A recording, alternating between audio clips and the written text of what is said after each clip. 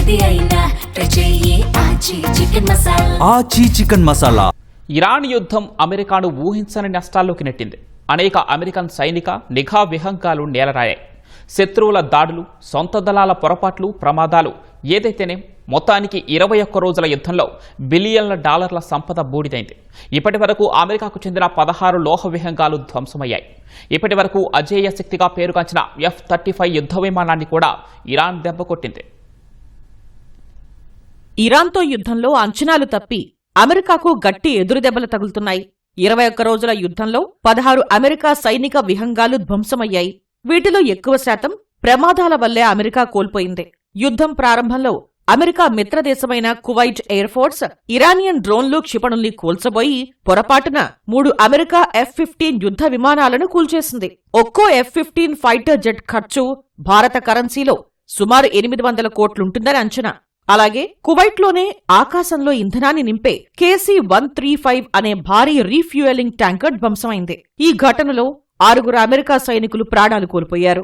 Saudi అరేబియాలోని ఒక విమానాశ్రయంపై Iran జరిపిన క్షిపణి దాడిలో మరో 5 KC-135 ట్యాంకర్లు దెబ్బతిన్నాయి. ఒక్కో KC-135 ట్యాంకర్ ఖర్చు సుమారు 1360 కోట్ల రూపాయలు ఉంటుందని నివేదికలు చెబుతున్నాయి.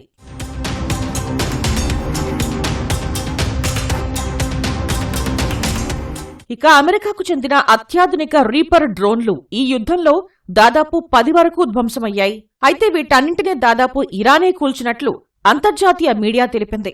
తమ గగనతలంలో 9 అమెరికా డ్రోన్లను సొంతంగా అభివృద్ధి చేసుకున్న గగనతల రక్షణ వ్యవస్థలతో ఇరాన్ నేలమట్టం చేసింది. మరొకటి జోర్డాన్లోని విమానాశ్రయంపై జరిగిన బాలిస్టిక్ క్షిపణి దాడిలో ధ్వంసమైంది.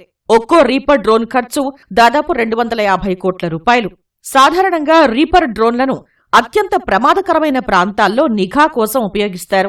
దశాబ్దాల కాలంలో అమెరికా పాల్గొన్న యుద్ధాల కన్నా ఈసారి ఖర్చు భారీగా ఉన్నట్లు విశ్లేషకులు చెబుతున్నారు. ప్రపంచంలోనే అత్యంత ఖరీదైన, శక్తివంతమైనదిగా పేరుగాంచిన F-35 యుద్ధ విమానాన్ని సైతం ఇరాన్ దెబ్బకొట్టింది.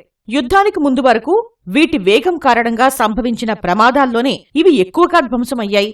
కానీ ఇప్పుడు ప్రత్యర్థి రక్షణ వ్యవస్థలు F-35ను టార్గెట్ చేయడంతో వీటి సామర్థ్యంపై అనుమానాలు వ్యక్తమవుతున్నాయి.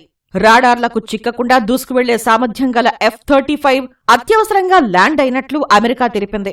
అయితే ఇరాన్ విడుదల చేసిన వీడియోలో మాత్రం అది దాదాపు ధ్వంసమైనట్లే కనిపిస్తోంది.